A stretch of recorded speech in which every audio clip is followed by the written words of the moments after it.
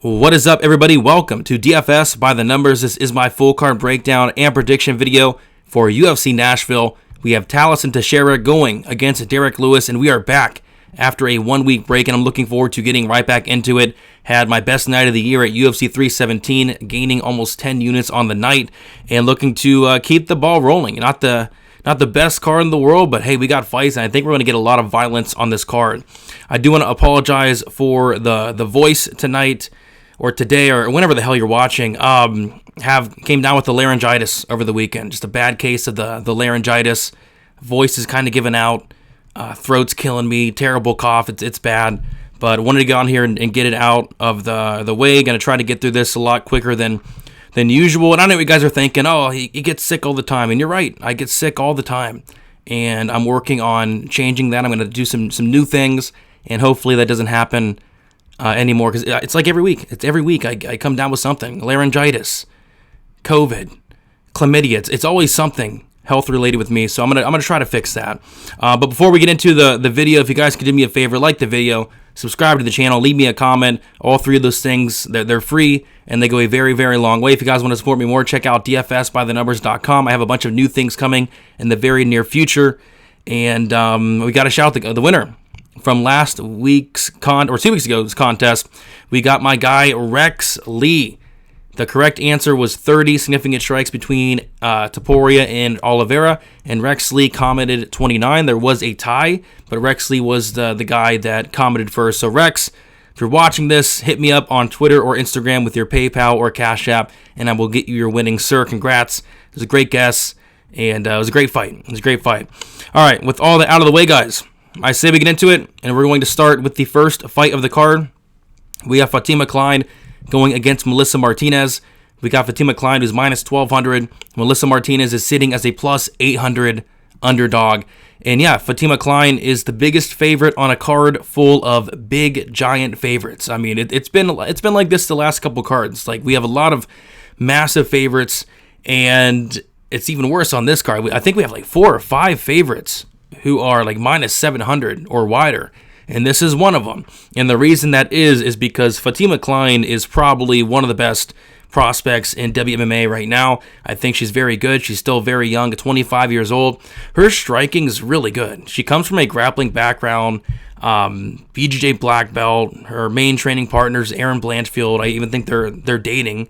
And so she's getting a lot of work on the mats and in the bedroom with Blanchfield, which has got to be great for Fatima Kline there. But yeah, Kline, she's a good striker, good grappler. She can get fights down to the mat, and once she does, she has very good ground and pound, and that ground and pound can open up submission opportunities.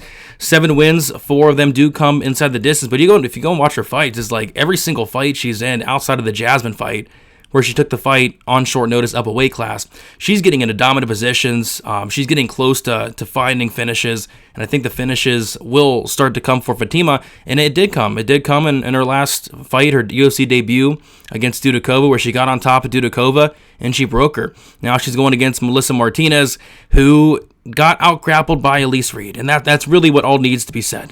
She got out-grappled by the worst grappler in the division. And yeah, it's hard to not imagine Fatima Kline getting a takedown, getting into a dominant position, and pounding away, and either getting a ground and pound TKO or finding a sub. So give me Fatima Kline to win this fight. I'll take her to win this fight by second round submission. Up next, we have another massive favorite, Mike Davis, going against Mitch Ramirez. We got Mike Davis minus 900. Mitch Ramirez is plus 600. And yeah, this is a fight that I'll be avoiding completely, and going forward, I'm really worried about Mike Davis, because there's a lot of narrative issues on the Davis side. Like, you go and watch any Mike Davis interview, since his last fight against Zion, and you'll find probably up close to 10 different excuses about his performance. He was injured. There was the whole paint situation where fighters went into the locker rooms and there was paint. He blamed it on that. He blamed it on Lyme disease. He blamed it on the travel. I mean, the amount of excuses Mike Davis made after his last performance, it's actually concerning. Like, I kid you not, he listed off like 10 different excuses on 10 different interviews. I'm not sure what's going on with Mike Davis. So, yeah, laying minus 900 on a guy like that, no thank you. But I got to pick him to win. I mean, Mike Davis is so much better than Mitch Ramirez, like everywhere. He's the better striker by a mile. He's the better wrestler. He's the better grappler. He's better everywhere. He's fought the much better guys. So, yeah, I got to go Mike Davis. Going forward, I will have some concerns. Like, this guy, Mike Davis, pulled guard in the first 10 seconds of his last fight. You know, you don't like to see that, especially when we're talking about laying minus 900. But in terms of a pick, I'll go Mike Davis. I'll take him to win this fight by a pretty dominant decision. Maybe get to finish, but I'll say dominant decision for Mike Davis, a fight I'll be staying far away from. Up next, we have Kennedy Nzechukwu going against Valter Walker. We got Kennedy, who's minus 205, Valter Walker, plus 175.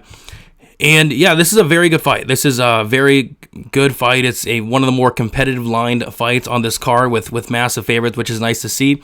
And we got a striker versus wrestler matchup. Valter Walker is going to absolutely look to take this fight down to the ground. He's not going to want to stand with Kennedy Nzechukwu, and I think he does take down Kennedy early on. Kennedy's kind of a slow starter, and we have seen him taken down here or there. Not often, but we have seen it here and there. We saw Danilo Marquez take his back for about 2 rounds and then get knocked out in the third. We saw Paul Craig mixing some takedowns as well, and I do think Valter Walker will be able to get some takedowns, but I question the cardio of Valter Walker, and I question the striking as well. If Valter Walker is not able to get Kennedy out of there early, which I don't think he does, I think he's going to have to either win these first 2 rounds, survive the third, but if this fight is on the feet, and it's late in the fight, and Valter Walker's tired like he was in the Bresky fight, and a lot of other fights, to be fair. You go and watch Valter Walker, any fight that leaves the first round and a half, this guy's completely gassed. If you gas out against Kennedy, it's going to be a problem. So I do see some paths for Walker, and I do think it's probably a better live spot for Kennedy instead of laying minus 205 here. But in terms of a pick, I think Walker probably wins the first round. I think he starts to slow, and I think that's when Kennedy starts to put it on the second, the third, and I think we see Kennedy and Nzechukwu win by late second round knockout here against Valter Walker. So Kennedy KO2. Up next, we have Eduarda Moura going against Lauren Murphy. We got Moura minus 600, Murphy plus 475. Another big favorite here, and this one's just disgusting line here. I don't understand why Moura is minus 600 outside of Lauren Murphy being 41.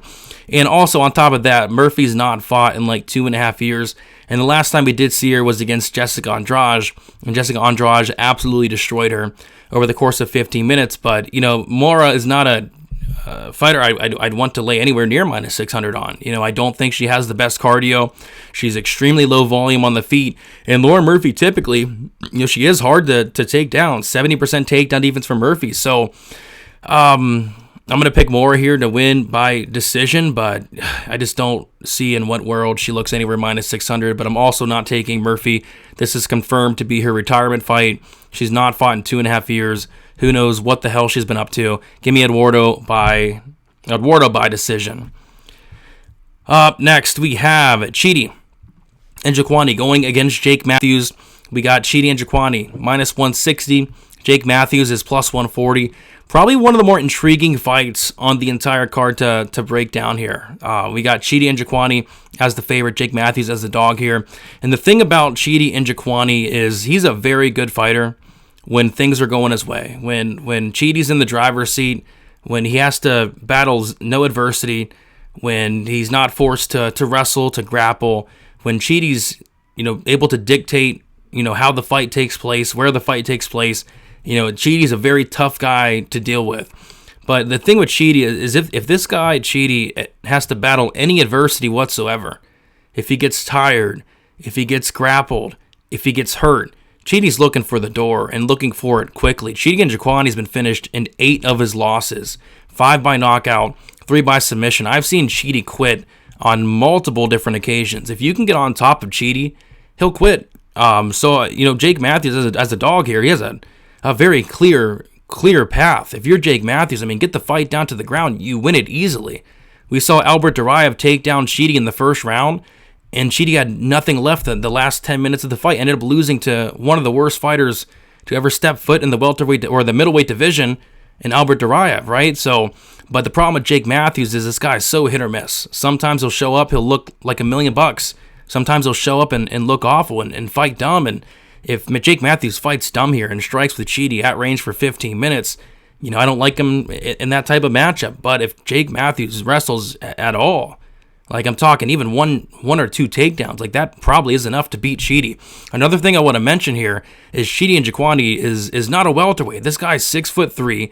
He's looked like death on the scale. His last 3 fights at welterweight, he made it twice, but he did miss weight his last time. He's only getting older. He's 36 years old. This weight cut's only getting harder, and that weight cut's got to take a lot out of him. He did look fine, in the Zaleski fight, but I'm kind of interested to see how Chidi does look on the scale. I'm not convinced he's even going to make weight on Friday, but we'll see. In terms of a pick, I hate fights like these because it comes down to how does Jake Matthews approach this fight? Is Jake Matthews going to fight smart? Is Jake Matthews going to wrestle? Is Jake Matthews going to attempt a couple takedowns? If the answer is yes, I love Jake Matthews in this spot.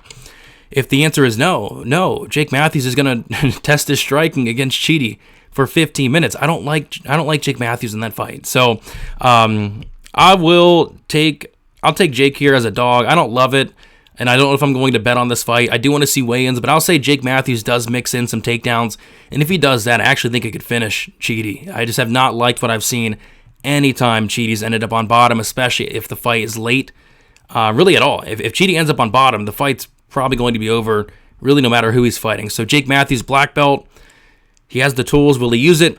Hey, we'll find out. Give me Jake Matthews by submission. I'll say second round submission. Up next, we got Chris Curtis going against Max Griffin. We got Chris Curtis minus 315, Max Griffin plus 265. Pretty easy fight to break down. I mean, Chris Curtis, younger by 2 years, going down to welterweight. I kind of want to see Curtis on the scale, but kind of want to see a lot of these fighters on the scale. We have a lot of fighters on this card switching weight classes, right? So yeah, weigh-ins might be important for this one, but I think he'll make it, and I think he'll look fine. He was never that big at middleweight and welterweight. He's fought there before. It's been a while, but he's fought there before.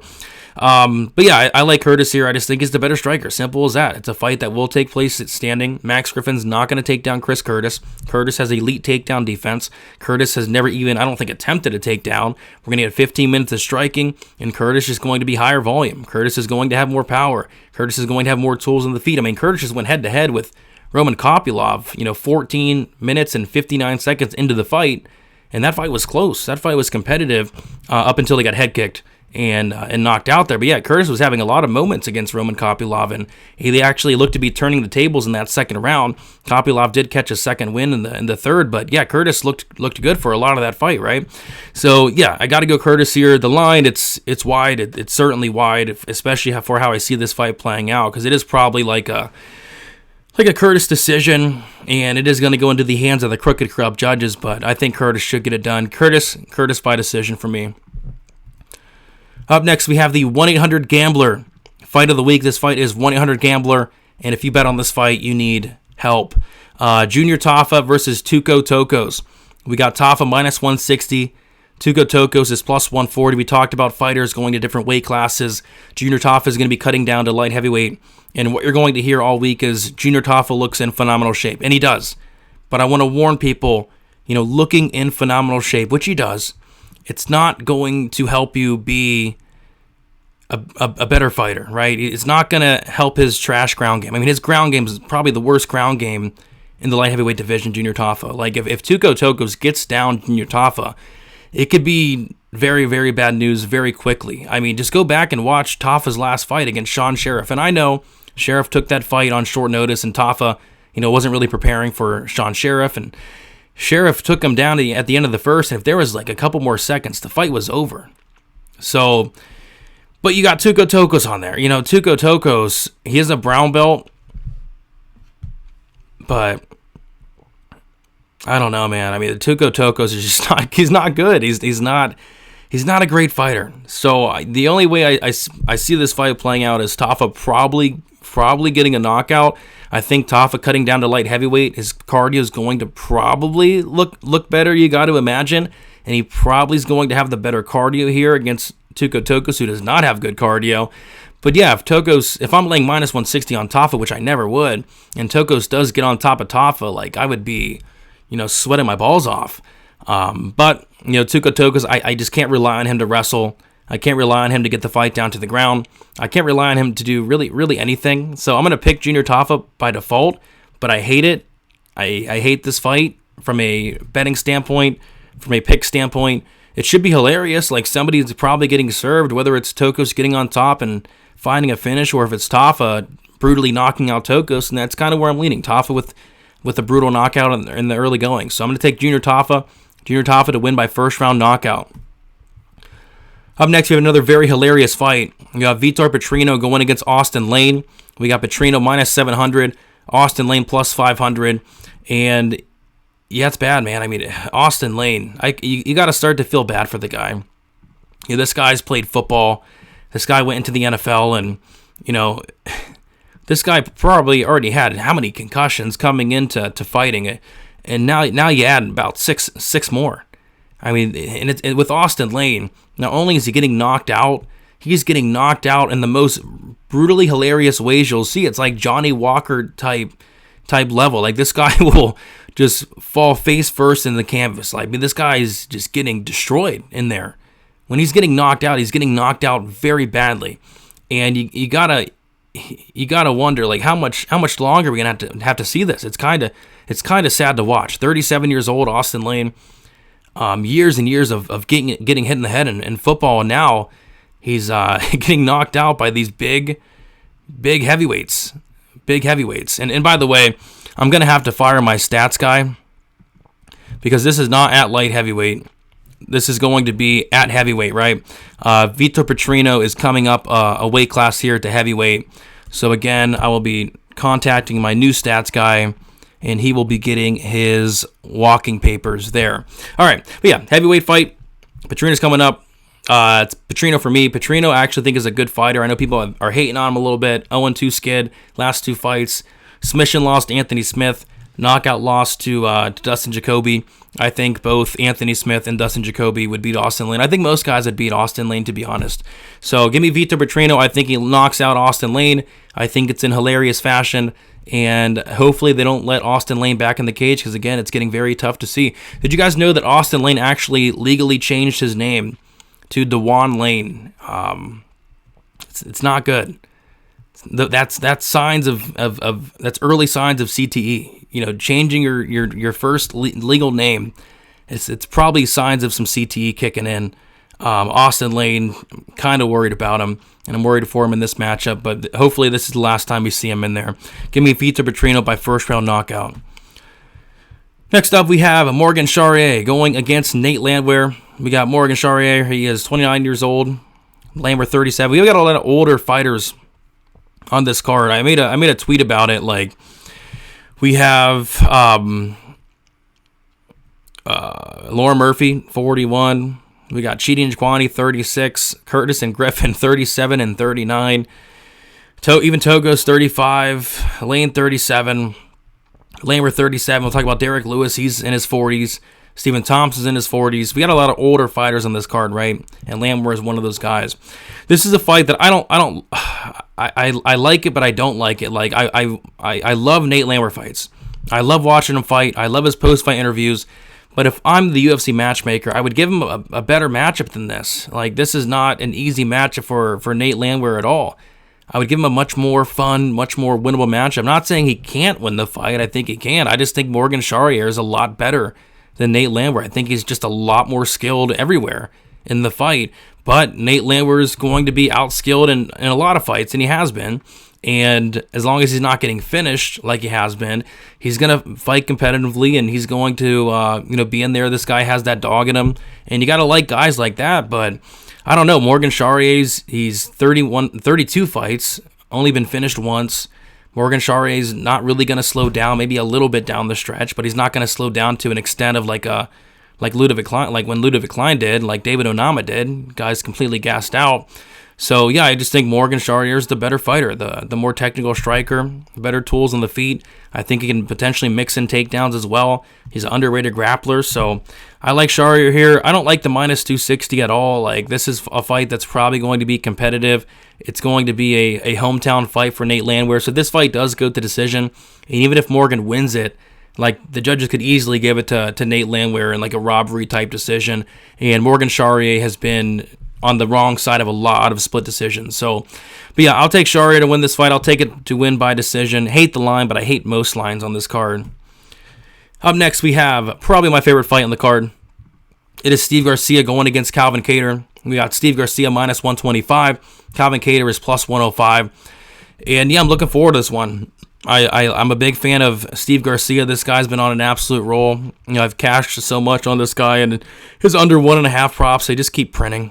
And maybe they keep printing here, but he's taken a big step up in competition against Calvin Kattar. Like Steve Garcia, his last couple wins, they're not bad wins, to be honest. I mean, Sungwoo Choi, Kyle Nelson, Mel Costa especially, Charriere and Becke, Chase Hooper. There's some good wins in there, but Calvin Kattar is a guy that's been in the top of the division. Calvin Kattar is on some rough times, though. He's on a 4-fight skid. He lost the Emmett fight. I thought he won it.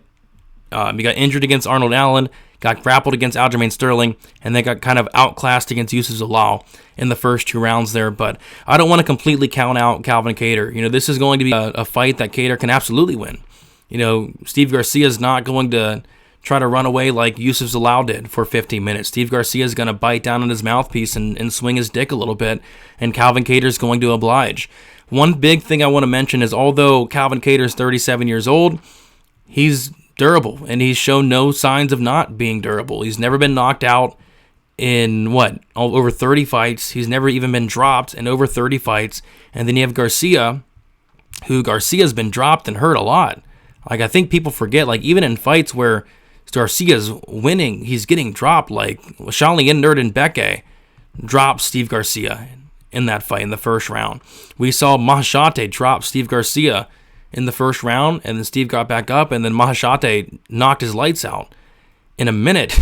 Maheshate did that. Maheshate, I think, got cut. We saw, and this is probably the worst look, and I know he won the fight, but God, he got dropped 3 times by Charlie Ontiveros. 3 times by Charlie Ontiveros. So, who has more power? Garcia. Who has better durability? It's Calvin Kattar by a mile, even at 37. So, it's a tricky fight. It certainly is. It certainly is a tricky fight because I think these guys are going to stand in the middle. I think they're going to bang, and I think they're going to bang until one man falls. And for me, I'm going to go with who I think is the more durable fighter, and that's Calvin Kattar. And I think Calvin Kattar is going to knock out Steve Garcia. I think Calvin Kattar is going to finish what Charlie Ontiveros started, and I think he does it early. So give me Calvin Kattar to win this fight. Calvin Kattar to win this fight by first round knockout, but I think somebody's probably getting served brutally in this one. Up next, we have Gabriel Bonfim going against Stephen Thompson. We got Bonfim minus 400, Thompson plus 300. We see Bonfim 27, Thompson 42, so a 15-year age gap in this one. And I think Bonfim's getting Thompson at the right time, right? Like even if this was Thompson in his prime, it's like Bonfim could get the fight down to the ground and have a lot of success. But we're getting a 42.5-year-old Stephen Thompson. As far as I'm concerned, Stephen Thompson's one of the oldest fighters on the roster at this point.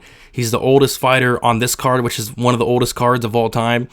42.5 years old, a guy in Thompson who was once durable. I think that durability is starting to fail him a little bit, which is to be expected at this stage of his career. He's been finished. His last 2 losses got submitted by Shavkat Rakhmonov, got knocked out by Joaquin Buckley. See, I think the durability of Thompson's starting to go a little bit. And yeah, Bonfim, I like Bonfim. You know, this is a guy that has a lot of power on the feet. I think he can knock out and hurt Stephen Thompson. And I think he has a very big advantage on the ground. Bonfim is a opportunistic submission artist. He's finished most of his wins by submission. But if you go and watch his fights outside the UFC, all these submission wins are mostly coming because he hurts his opponent on the feet and his opponent shoot in and he wraps up their neck. He's done that like a million times. But in this fight, I think he can hurt Stephen Thompson, but I think the best path for Bonfim would be to get this fight down to the ground. Like we saw Joaquin Buckley, who's a striker, go out there and take down Stephen Thompson 4 times. Like Stephen Thompson can be taken down. His takedown defense isn't awful, but he absolutely can be taken down. And I think Bonfim can absolutely take him down. And once he does, I think Bonfim's going to have a lot of success on the mat. and I think he probably subs Stephen Thompson early on in the fight. So I'm going Gabriel Bonfim to win this fight, and I'll take him to win this fight by first round submission. Up next, we got the main event, Tallison Teixeira, Derrick Lewis. If you guys have not liked the video, please be sure to do so. Also, leave me a comment. It could be a nice comment, could be a mean comment. Just any comment helps the algorithm, and it's much appreciated. And I'm looking forward to this fight. It's Tallison Teixeira, Derrick Lewis. We got Teixeira minus 260, Derrick Lewis plus 220. And, yeah, I mean, Derrick Lewis fights, like breaking down Derrick Lewis fights are always the toughest to call, because Derrick Lewis, he's going to be at a skill disparity in like 90% of his fights. In 90% of his fights, his opponents are better mixed martial artists.